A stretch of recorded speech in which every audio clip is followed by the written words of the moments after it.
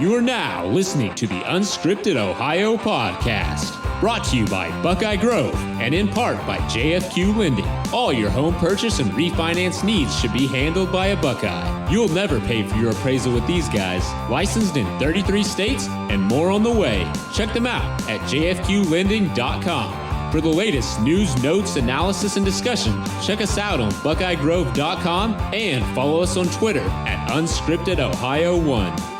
Now, broadcasting from Podcast Central, a place that is not his mother's basement. Hey, Ma! Can we get some meatloaf? We promise.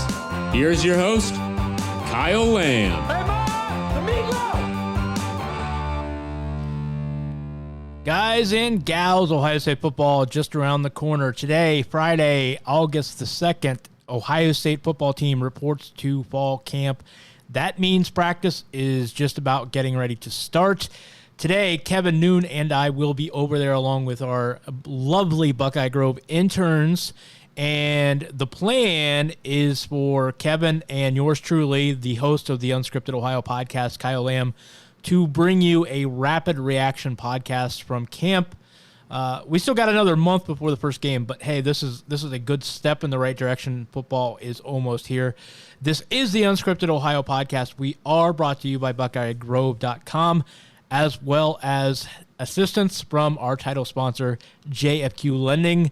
All of your mortgage and refinance needs should be handled by a Buckeye, so please check them out at jfqlending.com. Of course, we are also here with support from GoBus, with over 40 stops across Ohio to popular destinations like the Hocking Hills, Mohican State Park, and many of Ohio's big cities. Check them out at ridegobus.com or give them a call, 1-888-95-GO-BUS. So, as I mentioned, today, Friday, fall camp, Ohio State football is here. This is what you've been waiting for. I've got a lot planned here for the next couple weeks to really get you in the mood. Today, this podcast, we are going to do a college football preview. I've got Daniel and Josh of College Football Nerds coming up here in just a moment.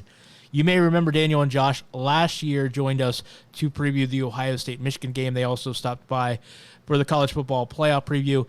They, of course, formerly were of SECfans.com. They are now bigger and better. They are trying to grow, trying to expand, broaden their horizons. They are now the College Football Nerds. You can check them out at collegefootballnerds.com or follow them on Twitter at CFB Nerds. They are great guys.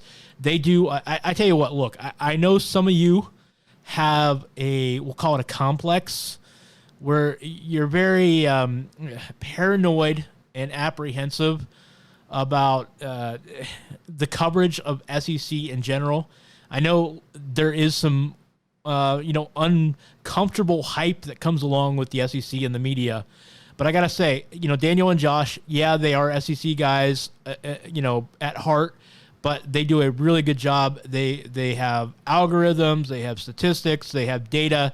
They do a very good job of trying to pour into that data and be objective with it, and give them a chance. I think you'll love to hear what they have to say. Give them a follow on Twitter. Go to their website, collegefootballnerds.com, and make sure you watch their videos. It's very interesting stuff, especially if you're into stats and analytics and the sort. So Daniel and Josh coming up to preview college football. We'll talk some Ohio State as well. I think you'll be interested in what they have to say. So a couple big announcements that came real quick, show-related. I want to pass this along. I'm being a little selfish here, and I don't mind, but this is really exciting stuff for me, and I hope it's exciting stuff for you. Alex Gleitman, you may know him, formerly of Bucknuts. A long time ago, he was also with 11 Warriors. He's a recruiting guru, one of the best in the business, covering Ohio State. Of course, we already have one of the best in the business, Mark Gibler at Buckeye Grove, but Alex Gleitman has been announced as a member of the team here at Buckeye Grove /Unscripted Ohio. He will be a recruiting analyst and columnist for Buckeye Grove. He'll do some work for a couple other sites on the Rivals Network, and he will also do some work here on the podcast. You'll hear Alex be on the podcast here with me as a co-host, joining for segments here and there. We'll be talking some recruiting, Ohio State football, Ohio State basketball, et cetera, et cetera, et cetera. He'll be doing some additional work behind the scenes, helping to grow the network of podcasts That includes ad sales and sponsorships and all that stuff that can make us grow. And speaking of growing, in addition to Alex joining us here on the Unscripted Ohio Network, along with the Unscripted Ohio podcast and the Scarlet and Gray podcast, Johnny Bullitt, Corey Thompson. So I mentioned last week, I am going to 3 days a week here starting this fall, Monday, Wednesday, Friday. Corey and Johnny will be going to 2 days, Tuesday and Thursday. But also starting by the beginning of football season, we're going to be adding 2 more podcasts. My man Chris Drew of WAKR in Akron, he's going to be doing a Browns podcast. He'll be hosting that. We should be launching it here in a few weeks. I'll let you know when I have more details as far as like the name and the official launch date. But Chris Drew will be hosting a Browns podcast. So if you're a Browns fan, I hope you're excited. At least to start off once a week, we'll be bringing you some Browns news, notes, opinions, analysis, all that. So he'll be covering the Browns here on the Unscripted Ohio Network with a podcast. And then my man Shane Larson, check him out also on Twitter. He's the Game Time Guru, at Game Time Guru. Check him out. He's going to be bringing you a college football podcast, about 30 to 45 minutes per episode once a week. He'll be talking some generic college football. I'll be talking college football here on the Unscripted Ohio podcast as well, but he's going to focus on the bigger picture, playoff talk, what's going on with the bigger games every week. He does a great job. If you haven't listened to his podcast, he has his own little side podcast going at Game Time Guru. Check that out. He does a really good job, but he will be doing college football here on the network. So I'm very, very excited about all this. I wanted to get that off my chest. Alex Glaitman joining Buckeye Grove will be a part of the Unscripted Ohio podcast in the future. And, of course, then, as I mentioned, we are launching 2 more podcasts in the very near future with more plans. So a lot of exciting stuff, but college football is right around the corner. Kevin and I will be over at the Woody Hayes Athletic Center today. We are planning to bring you a rapid reaction podcast of 10 to 15 minutes, maybe a half hour, something of that nature. But we'll be talking about Ohio State football, first day of training camp, first day of reporting to fall camp today. So Kevin and I will have an additional podcast coming at you sometime today where we report on location with the comings and goings of fall camp as it gets kicked off here today, August 2nd. College football just around the corner. All right, we are rocking and rolling now as we get closer and closer to the start of college football season. I thought it'd be a lot of fun to have our friends Daniel and Josh back on. You may remember them last year as SEC fans, guys that helped us preview the college football. Actually, it was the Ohio State-Michigan game we previewed, but we're going to have them back out there now, the college football nerds. If you're not already following them on Twitter at CFB Nerds, please do so or check them out on the site College Football Nerds. Daniel, Josh, Daniel, I'll start with you. It's good to have you guys back on, and as we talk some football, and we're getting so close to what we've been waiting on for seemingly, I guess 6 months now. Yeah, it's funny.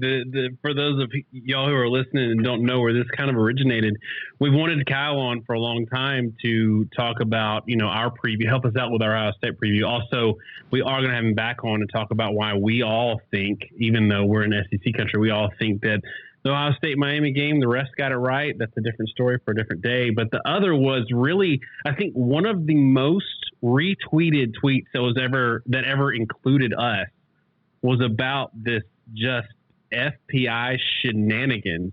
And Josh is more the FPI nerd in general, so I'm going to let y'all get into that a little bit more. But I did think that not only was the original post hilarious, but everything that flowed out of that was like, even, and you'll probably get into it a little bit, but even the Minnesota fans were like, yeah, this is nuts.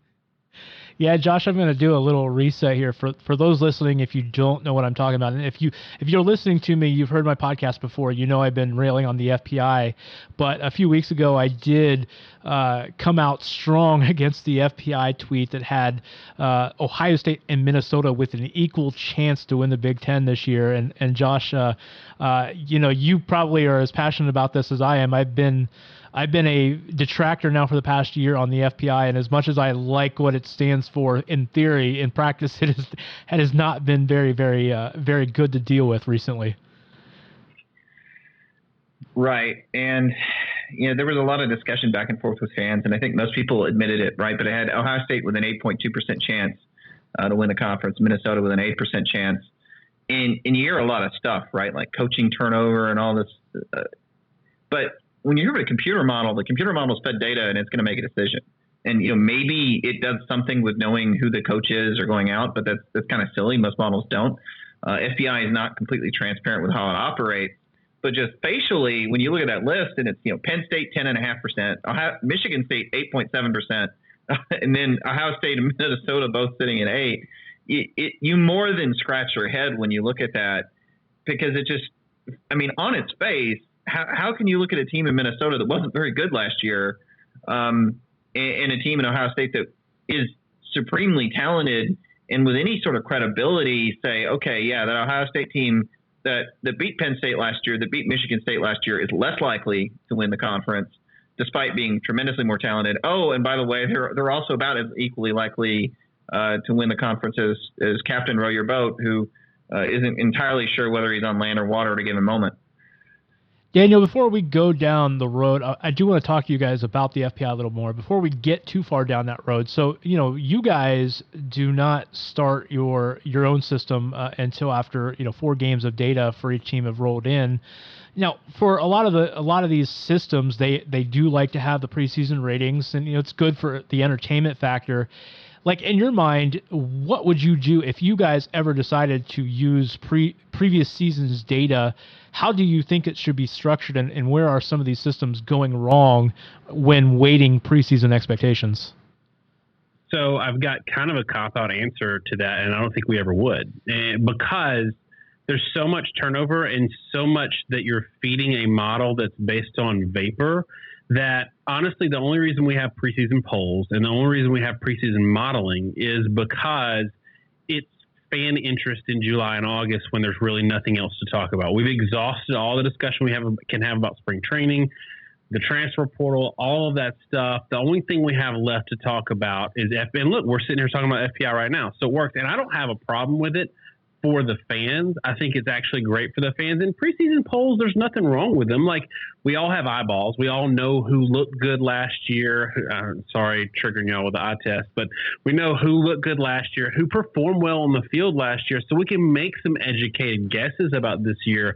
But that's different from modeling. And modeling is 100% data-driven. It doesn't care that Jim Harbaugh might be crazy in November but normal in September. It doesn't care about any of this stuff.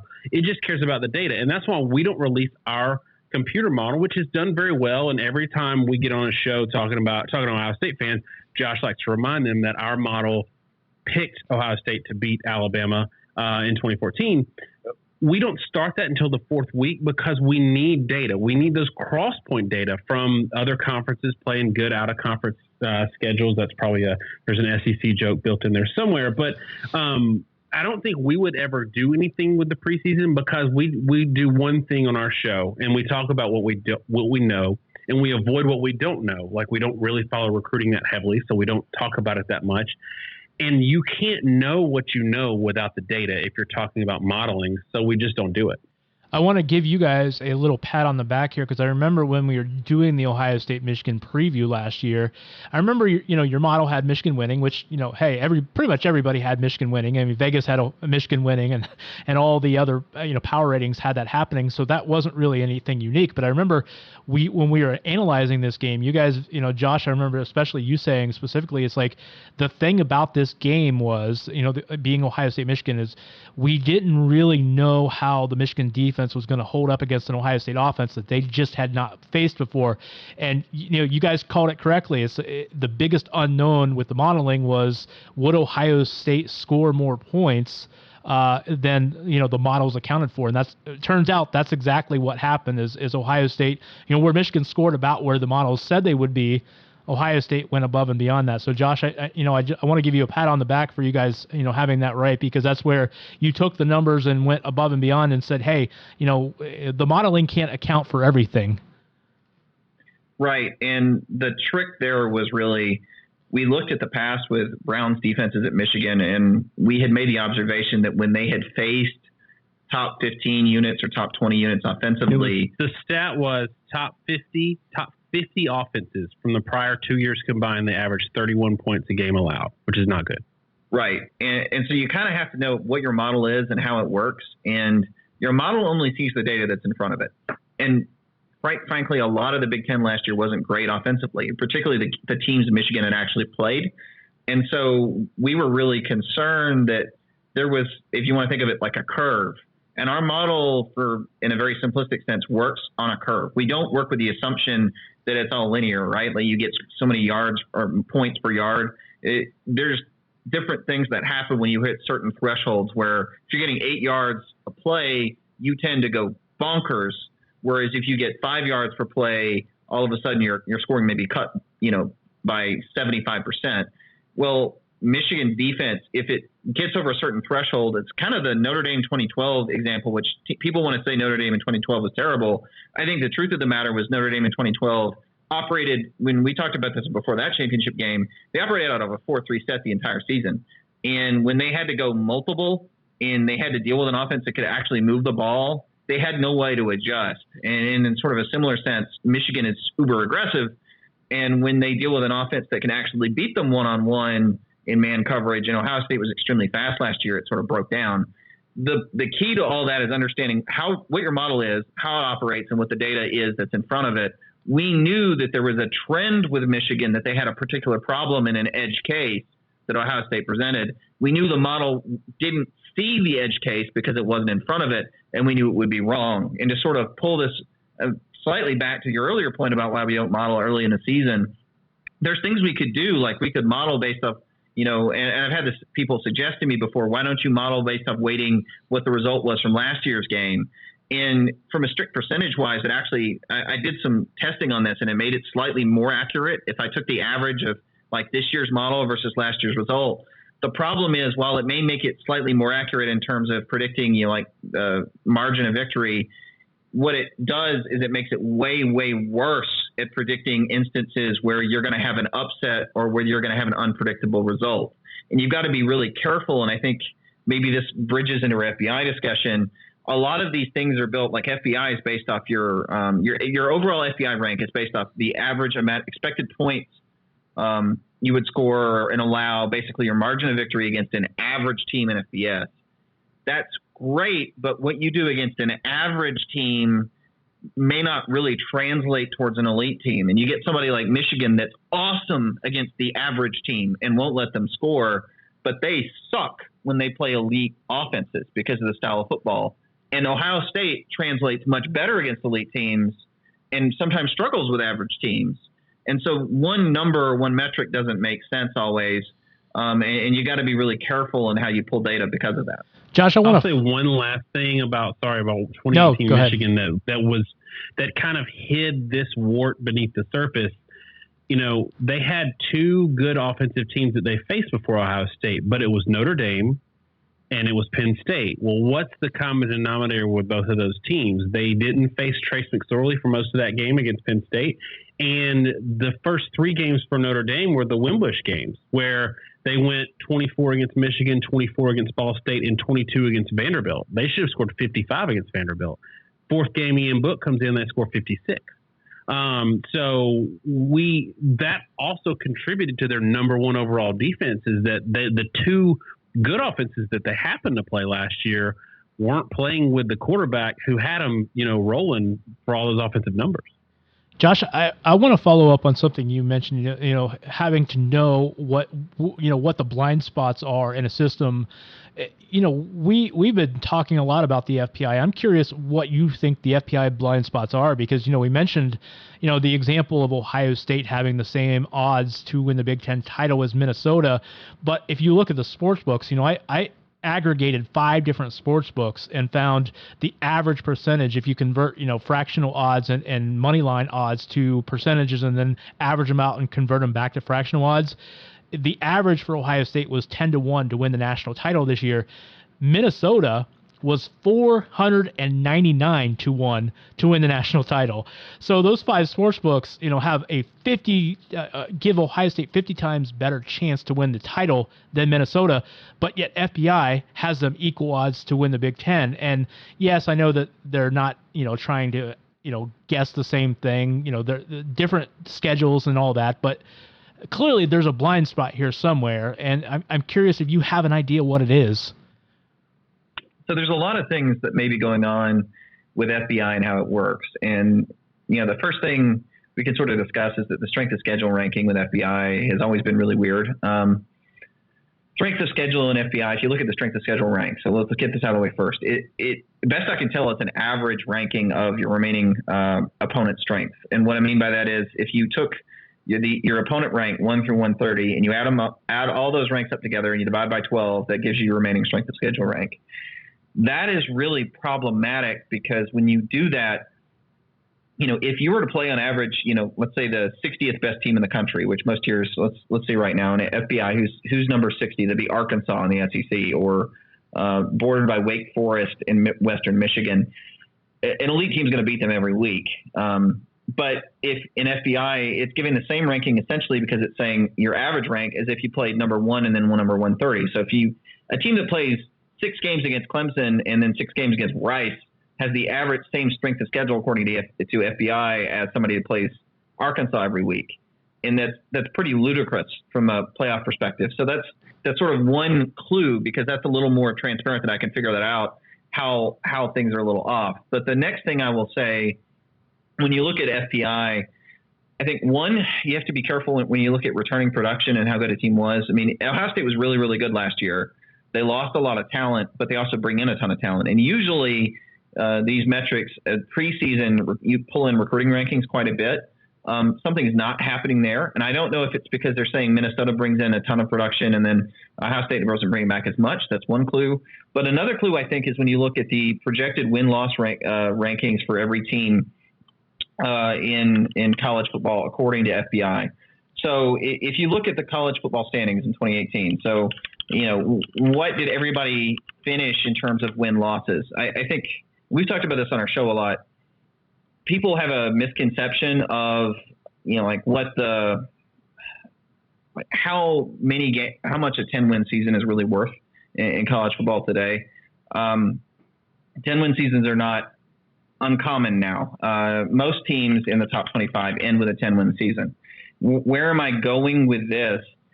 One of the things that I thought was kind of interesting when I looked at FBI is when you look at the best teams to the worst, like Clemson, they factor in conference championship games, okay? But like Clemson's expected to win 12.3 games. Ohio State's expected to go 8.7 and 3.4.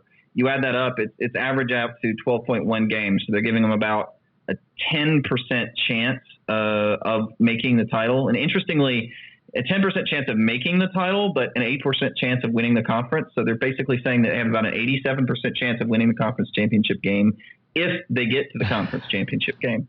But what I thought was kind of odd is last season, looking at week 14, right? So after the regular season, Alabama, Clemson, and Notre Dame were all 12-0. Georgia, Oklahoma, Ohio State, Michigan all had 10 wins. UCF had 11.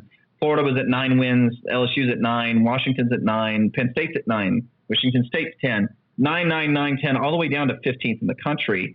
If I look right now at FBI's projection, Auburn's 9th in the country in FBI, but they're projected to have about 9 wins. In fact, if you look at projected win-loss, and this includes conference championship games, only 12 teams are projected to have at least 9 wins after the conference championship game.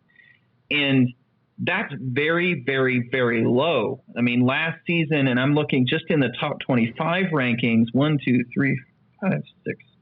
So there were 19 teams before the conference championship game last year that had 9 wins.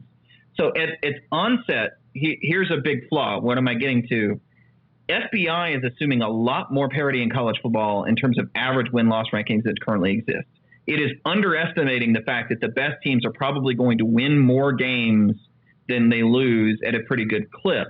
It's saying most teams are like 9 to 7 wins. And I would say probably from that perspective, it's because it's looking at it from like an odds statement. it's saying, well, one of these teams is going to be a 10-win team, one of them is going to be an 8-win team, but I don't know which one it is, so I'm going to say they're both 9.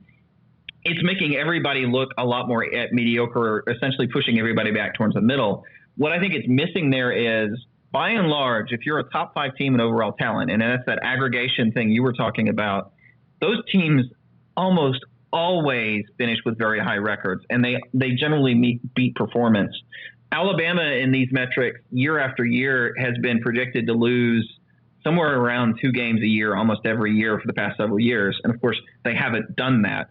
And I think it's because FPI just doesn't take into account enough how much talent actually factors into this equation. It's built probably too much on last year's production. And there are enough teams like the UCFs of the world, or, maybe a better example from last season as somebody that peaked, I don't know, maybe Florida. I don't know. I mean, Washington's peaked and ebbed and flowed. Washington State's probably a good example. It's a 10-win team that maybe doesn't hit 10 wins again this year. It sees those examples and it sort of punishes teams like Ohio State for it that lose a lot of production. And it's not doing a good enough job to see that the teams that are really talented tends to stay at the top. They do so consistently. And it's really projecting everybody to be a lot more middling than they actually are. Long-winded explanation, but I think that's probably the best explanation I could give. It's funny because I was just, when I was listening to you, Josh, like it reminded me of something that another person pointed out on Twitter to me last week, that, it's kind of like the garbage in, garbage out, whole thing is they are relying in part, I'm not sure what percentage of the algorithm based on this, but the recruiting rankings do have a part in the algorithm for FPI, and who knows how trustworthy ESPN's recruiting rankings are to begin with. So, if you get bad recruiting rankings that aren't as good as the other ones, obviously your FPI is going to be influenced by that as well. So who knows if the right hand knows what the left hand is doing over there at ESPN. But so I want to switch gears, Daniel. So I heard you guys talking about Clemson, and I thought this was an interesting topic to broach here on the podcast. So there's an interesting, it'll be interesting to see how Clemson plays out this year coming off of the title, because you guys compared, this Clemson season to Ohio State in 2015. There's a lot of similarities in that, they obviously return a lot of talent. They have a less than, desirable schedule. And so, Daniel, I want to start with you on this. What role do you think should play in projecting this type of season for a team like Clemson, who is probably number one on paper, as far as, being able to keep up, the type of motivation that they have coming off of a title, because we've seen in pro sports, especially, it is tough to repeat in situations like this, because you can't have that same drive that you had, because once you win that first title, I think the human nature is to rest a little bit, not that you don't still want to win, but do you see that being a problem for this Clemson team? So it's a possibility, but 2015 Ohio State is a perfect example. When we just got finished on our show talking about 2014 Ohio State and how it was so similar to Clemson in that they had a weaker schedule, but they crushed their schedule outside of the one Virginia Tech game, and we could see that they were an elite team based on how they were handling that weak schedule. Clemson this year is also a lot like 2015 Ohio State, where 2015 Ohio State had a lot of warts, and it's the second time I've used this, but they did. They had a lot of warts, and I know a lot of people in the Ohio State camps want to say that it's probably the most. They were clearly the best team in the country, and they just tripped up at Michigan State. But the thing about 2015 Ohio State is their schedule was backloaded with Michigan State when they were good, and Michigan when at least they thought they were good.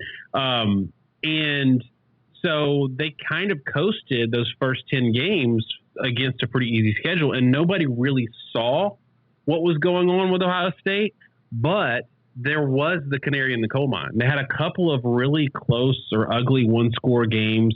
And you can even say like, oh, well, they tacked on a couple points late, but you shouldn't, if you're a national title contender, you shouldn't beat Indiana 34-27. And we saw this with 2012 Notre Dame, where they weren't quite that elite team because they were struggling going to overtime with teams like Pitt and struggling with BYU. So I don't know that we're going to see that from this Clemson team, but I will say that if we do see it, the canary in the coal mine will be that they're struggling in more than one game with a close win over some middling team that they should absolutely throttle. Ohio State 2015 had the talent to throttle everybody on their schedule. That Michigan State team was good, but we didn't know they had issues until that game. I think the problem with Clemson is outside of Texas A&M, who Josh and I don't necessarily think are going to be elite. Outside of Texas A&M, I don't know that there's really a good team on their schedule. There's a lot to indicate that Syracuse last year, their 10-win season, they're really kind of a 6-7 win type team. So we may not see it manifest itself until the playoffs, which is really unfortunate, because if they are one of those teams that's overconfident and not as good as they were in the years prior, which I actually think they will be as good, but if they're not, they might get exposed as a team that didn't belong there in the first place in the playoffs. Josh, to me, that's one of the things that has made the Alabama run, pretty impressive, in that they haven't had a lot of those, sleepwalk type of games. I mean, they've had a few, certainly. Ole Miss has given them several runs for their monies, over the course of several seasons. Texas A&M, has given them a couple scares. But, for the most part, I think Alabama has handled being the favorite pretty well against that middling competition. Obviously, Ohio State has had those awards, the Purdue, the Iowa games, and, Daniel mentioned in 2015 they had a lot of sleepwalk games early on. But, to me, that is where I think the importance of measuring the motivation factor comes in, because, you can, I think, just kind of take it for granted that you're going to have success, especially if you're coming off a successful season. And to me, I guess the question is, can you go through that first half of a season sleepwalk and get away with it? And then if you do lose a game like Ohio State did in 2015, well, Ohio State responded, with a big win against Michigan and then crushed Notre Dame in the bowl game. But the problem is their schedule didn't allow them to wake up that late like they did. And so that's where it'll be interesting for me to see if Clemson is able to get by the early half of their schedule without, having some unexpected loss because of that factor. I agree with it. And let me turn that on its head a little bit too, though, and talk about with these teams and when they sleepwalked early. I've long had a theory that the reason that a team like Alabama has been able to be as consistent as they are is that there's two things you really need to do to be able to win consistently in college football in order to make like a playoff scenario. One, you need to run the ball with a high level of effectiveness. And two, you need to be able to defend the pass.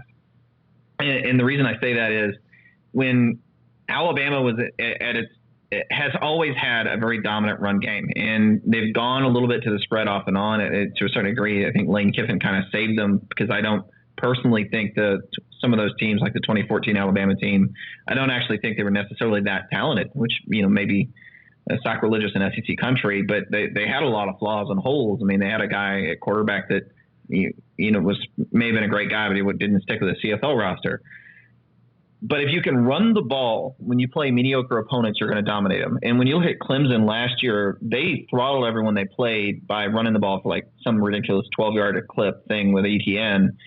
And that's what lets you coast against bad teams and throttle them. And the canary in the coal mine is tied to the inability, in my view, to be able to dominate a team on the ground. And you can talk a lot about how much of it is strength and conditioning and motivation and training and focus and all that. But it does kind of come down to the fact that if you can control the game on the ground, you usually can roll over weaker opponents without having to have a lot change. And passing games have good and bad days, and that's why I say having a good pass defense. What's bit Alabama a couple times, like with the Ole Miss games or with Johnny Manziel in 2012, is they had some issues where they had holes in their secondary off and on in various time periods. And if you face a really hot team that throws the ball, they can torch you if your secondary isn't across the board quite good, and especially if you don't have a really good pass rush. But if you've got those kind of two things, then you can make sure that when you play poor teams, that even if you're having a really bad day, that you're going to be able to control the clock, you're going to be able to run the ball, and what's important there is you're going to be able to consistently score no matter who the opponent is and no matter how much you're not clicking. And if you have a good pass rush and pass defense, that means you can keep the other team from exploding offensively.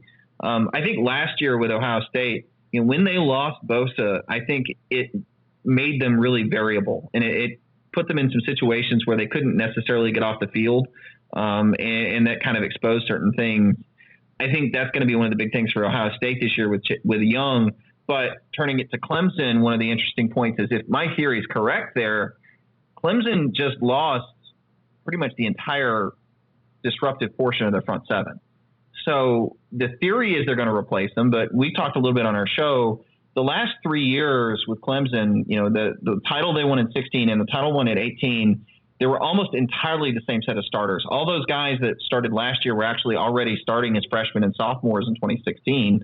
So it's going to be interesting to see if Clemson can replace those guys, because if you can't disrupt the passer and you let somebody that gets hot in a bad situation score on you, then I think that's one of the big ways that you end up being able to lose, even though you may have a superior team.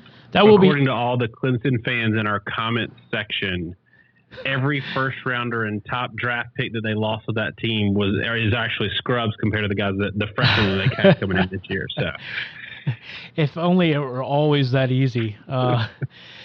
Daniel, so I'm going to, as we wrap it up here, I'm going to put you both on the spot here. So I'm going to give you 5 teams. I'm going to assume Alabama and Clemson are the first 2, but I'll let you answer that for yourselves. I'm going to give you 5 teams for 4 spots. Who are you naming? Who do you like coming into the season if you had to pick a top 5 battling for those 4 playoff spots? Daniel, I'll start with you. So I would have Alabama, Clemson. I would probably have Ohio State third, ahead of Oklahoma. I'm pretty high on Oklahoma, but I think Ohio State, and I hate to do this because it's like, do you pick who the better team is, or do you pick who you think has the better chance of having a clean record? And so I don't, because I think a lot of people rank that way. Ohio State has a better shot at going undefeated. Oklahoma has a tougher schedule. So I would have, and then I'd have Oklahoma right behind them. And then I would probably have Georgia at 5th. If I had to if I had to project a playoff today, I'd have Georgia on the outside looking in, with really the current AP top 25 as it is. Yeah, Josh, what would your top 5 look at? Top 5, for chances to make it to the playoffs this year. Right, and I kind of have the same thought process here. I think Clemson and Alabama are the obvious 1 and 2, and it's justified. I agree. I think Ohio State, to me, is probably one of the 4. Truly, I am not as high on Oklahoma. Their defense was a disaster last year that was only hidden by the fact that the offense was so phenomenally good. And I don't buy that Jalen Hurts is the kind of explosive player that can make up for the days when Oklahoma's defense just absolutely doesn't show up and they give up 60 points. I don't think he's consistent enough throwing the football, because if you're in that position and you throw 2 incomplete passes in a row and it kills a drive, that can lose you the entire game. And that's right. the spot Oklahoma's probably going to be in this year. So I don't even have them really in my top 5. I have Alabama, Clemson, and Ohio State. I think the next one is Georgia. And I agree. I think Georgia has a very good shot. And I would put Notre Dame in that spot normally, except that Notre Dame plays Georgia. And I think obviously only one of them is going to be able to slot in there. So Georgia is next. I don't think this is the way it'll end at the end of the season, but I think right now I'm maybe leaning towards LSU as my 5th dark horse team. I'm not saying they'd end 5th. Because obviously, like Alabama, Georgia, and LSU are going to take care of each other. Only 2 are going to be in those slots. I think LSU personally is sneaky good. If you want to, you could say LSU/Michigan. But I do think one of those 2 teams is going to be pretty good. And I think LSU. I know Daniel does not agree with me on this point, but I think LSU is quite good. I'm going to throw one other name. I'll let you guys react to this before we close it out too. I was thinking for that 5th spot. I also am a little skeptical of Oklahoma for the same reasons. I don't know if Jalen Hurts can carry them through some of the warts that they might have. I think they're going to have a good, not a great defense. So I think in that 5th spot, I think Michigan is another candidate, and also I would throw in Texas in there. I'm not ready to buy the Longhorns hype just yet, but I also think that they have enough talent there coming back offensively with an improved defense at the end of the year that I think they could make things interesting. The thing that's tough about Texas is they have an awesome game in week 2 against LSU. So the winner of that game would be poised pretty well. If Texas wins that game, they're in great shape because the rest of the Big 12 lost all their quarterbacks. from last year, except for Sam Ehlinger. LSU's still got to go and play Georgia. They've got to play Alabama. They might have to play Georgia again. They got to play Auburn. Like, Texas just has to beat Oklahoma, So, and that might be tough. They might have to beat them twice. But looking at their schedule, LSU and Oklahoma are the only two ranked teams they're going to play all year. Maybe Texas Tech slides in there, but that's it. I mean, they got two ranked opponents. I do think that Texas might make it in there. The thing is, does a 12-1 record with a Big 12 championship get you in the playoffs this year? I'm not sure that it does. I'll piggyback one quick point on that. An interesting thing to think about is you could end up with a scenario where Georgia beats Notre Dame, Auburn beats Oregon, and LSU beats Texas, and Oregon and Texas win their respective conferences. I'm not saying it's going to happen, but you can feasibly have three teams beating, the top independent and the two top conference winners, and then none of those three teams actually wins the SEC. And I'm not quite sure how you handle that in that scenario, because somebody has to take the fourth slot. But could you put an Oregon, or could you put a Texas, and let's say Texas beats Oklahoma, could you put them in the playoff over another, SEC team that didn't win the conference but actually beat them in regular season? It would obviously make for a pretty interesting discussion point. Well, in that scenario, Texas would have beaten Oklahoma presumably twice, or possibly beaten Oklahoma twice. So, I mean, let's assume that Oklahoma doesn't lose another game outside of Texas. I think that's probably enough to get Texas a bump in that kind of situation. Right, and I'm going to be charitable here, but I have to correct my colleague. LSU does not play Georgia this year. They actually get Vanderbilt out of the East. So LSU, Georgia, and Alabama will all avoid each other, save for the conference championship game. So let's say in this scenario, Georgia's only losses to Alabama, LSU's only losses to Alabama, and then they beat two conference champions. You are comparing a 13-1 Texas to a 12-1 Texas to an 11-1 LSU that beat Texas. That's problematic.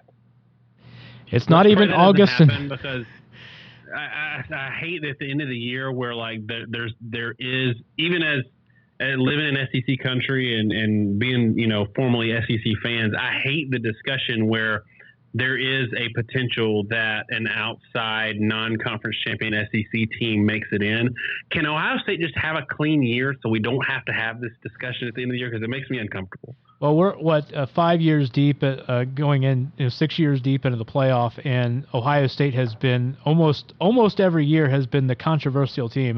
With the exception of 1 year, they've basically been the talk of the playoff every year. So, we're having a yearly tradition talking about Ohio State putting a quirk into the playoff selection. Yeah, no doubt. But I will say this: at the end of the year, I do think these games at the beginning of the year are going to tell us a lot more, and we're going to have to weight all these games pretty heavily.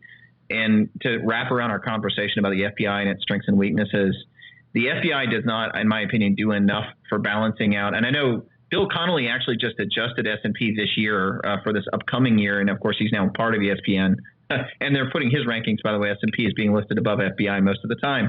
But they're not doing enough to balance for conference strength. And no, this is not a pro SEC point. I'm just saying it's really actually the mid-majors that have been ranked too highly, because they're not adjusting for the fact that the people are kind of living in their own universes. And we've talked a lot on our show that teams kind of live in a bubble now. And especially with a 9-game conference schedule, there's less overlap between teams in one conference to another.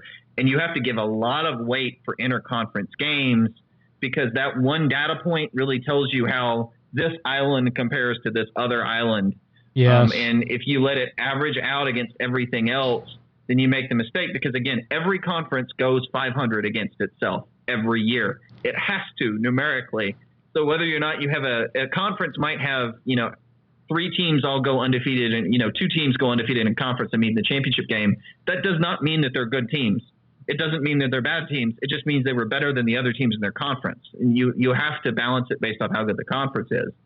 Not enough has been done by that. And in the past few years, we've been in a bad situation. Like last year, you had LSU and Miami playing, and it turns out Miami was trash. when that happens, it makes it impossible for us analytics types to actually tell you who's good in an objective manner. And even subjectively, it gets really difficult. All these big games early in the season, hopefully these teams are actually good, because it will tell you a tremendous amount later in the year, and you need to give it a ton of weight later in the year. Let's say if Notre Dame gets pummeled by Georgia, and then Notre Dame walks out, stomps USC, and then USC wins the Pac-12. Yeah, it's all one-offs, but you got to give that a lot of weight in terms of maybe the Pac-12 in that scenario. Not saying the SEC is better than the Big Ten, but maybe the SEC is a lot better than the Pac-12. Those games tell us a ton, and I'm really encouraged by the fact that at least it looks like we've got a lot of really good games like that. And even a game like Clemson, Texas A&M. Clemson, I expect to beat Texas A&M, but by how much Clemson beats Texas A&M is probably going to be really telling in terms of strength between the ACC and the SEC. So those things are all really, really important, and we're going to know a tremendous amount of college football by week 3. I just hope we don't follow our normal trend where by week 11 everybody just forgets what happened in week 3. And then goes completely based off intra-conference play while ignoring the inter-conference play. Last thoughts, Daniel. I'll start with you, and then Josh, you can give your final thought, and we'll wrap it up. One team that we have not talked about that could surprise this year. Daniel, your pick there. So I'm going to say Notre Dame. I know they're ranked number 5, but like Ohio State and like we said earlier with Georgia, nobody's really talking about them that much. Maybe it was because a lot of us didn't think they really belonged in the playoffs last year, but they've got the game against Georgia. They're returning a lot of talent. They are a well-coached team. If they can somehow beat Georgia, they've got that sort of anchor store data point for them like they had with Michigan last year.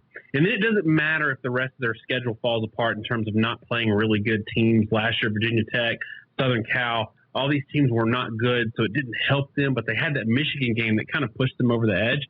I think Notre Dame was better last year than we gave them credit for, and is better now than they're getting credit for. Even though they're sitting at number 5, nobody's talking about them, and they should. Josh, what's the team you like this year that sitting outside the mainstream that might surprise? Well, first, I think Daniel's absolutely right about Notre Dame for all the reasons that he discussed, especially given that they could beat Georgia and then instantly have a pretty good springboard. But to do something different, I'm going to throw out Oregon. And I don't have a tremendous amount of faith in Oregon, but there's 2 points here. One, Oregon had a lot of issues last year because their offensive line suffered massive injuries, and they really fell out of line consistently in terms of their consistent offensive production. And Justin Herbert got injured. And what I saw from him early last year was really, really good. And then the end of the year, he looked pretty terrible. I think a healthy Oregon may be a lot better than people maybe anticipate. And when you look at their schedule, they have Auburn in week 1, Auburn who may well be playing a redshirt freshman quarterback and is going to have a lot of turnover in their own ways. And if they can find a way enough to score, which Auburn should have a good defense, then they're going to be in a really good position just from that aspect. And then when you look through the rest of their schedule, Washington is in a total reset defensively. USC wasn't very good last year. Really, the entire Pac-12 wasn't very good last year. So, Oregon could conceptually beat Auburn, maybe even drop a game the rest of the year or not. But they could end up winning the Pac-12. I don't even know if they have to be a very good team to do it. But if they beat Auburn and go 12-0, I don't think there's any doubt they make the playoff. And I know they get some play, but I think people are underestimating that possibility. And really just in large part, it's because the Pac-12 has not been very good. And Oregon has enough tools to beat the teams that are in front of them. It's still a month away from college football season. We're debating playoff scenarios. We're talking about nerdy stuff, college football rating algorithms. This is all making me very excited. It's going to be hard to get through the next 4 weeks, but I appreciate Daniel and Josh. Guys, thank you so much. It's been a lot of fun. Of course, we'll get back in touch here later this season and do some more previewing of whatever big game is coming up. But I appreciate you joining us. Absolutely. This was fun. Yeah, that was fun, man. Make sure you guys check out Daniel and Josh. You can check them out on Twitter at CFB Nerds, or check them out on their website where they'll have a lot of great stuff to preview college football season long at collegefootballnerds.com. And that's going to do it for Unscripted Ohio. A couple of reminders. We're coming at you with a rapid reaction podcast. Kevin Noon and I from the Woody Hayes Athletic Center. We'll be bringing that to you sometime later this morning or early afternoon. Not sure exactly what time, but be on the lookout on the Unscripted Ohio Network. Somewhere, sometime we will be posting that. That'll be on your normal feed where you get the podcast. That'll show up sometime today, hopefully, if we get that off the ground as we're planning to do. We are planning to do a podcast from the Woody Hayes Athletic Center after the media engagements begin Friday morning. So be on the lookout for that. As I said, Alex Gleitman, welcome to Unscripted Ohio. Welcome to Buckeye Grove. Welcome Chris Drew and Shane Larson, which will be hosting Browns and college football podcasts later this fall. That should be getting off the ground somewhere around September, hopefully. A lot of exciting things. Be sure to follow the podcast on SoundCloud, on iTunes, on Google Play, on Stitcher, or on Spotify. Just search for Unscripted Ohio. We will be coming at you every Monday, Wednesday, Friday. Scarlet and Great podcast will be coming every Tuesday and Thursday. We also publish the Unscripted Ohio podcast on BuckeyeGrove.com. You can catch me at KYLam8 on Twitter. Hope you guys have a great weekend. Be sure to listen to the Rapid Reaction podcast. We'll be back at you again Monday. I know Corey and I have some stuff planned. I did not air it today, but we have a little throwback episode coming at you very, very soon, hopefully this week or maybe next week. I'm not sure yet, but plenty of stuff coming up at you. Have a great weekend, everybody. You can get new episodes of Unscripted Ohio on Mondays and Fridays exclusively at BuckeyeGrove.com or anytime on SoundCloud, iTunes, Google Play, or Stitcher. Be sure to subscribe to stay up to date on all things Ohio State.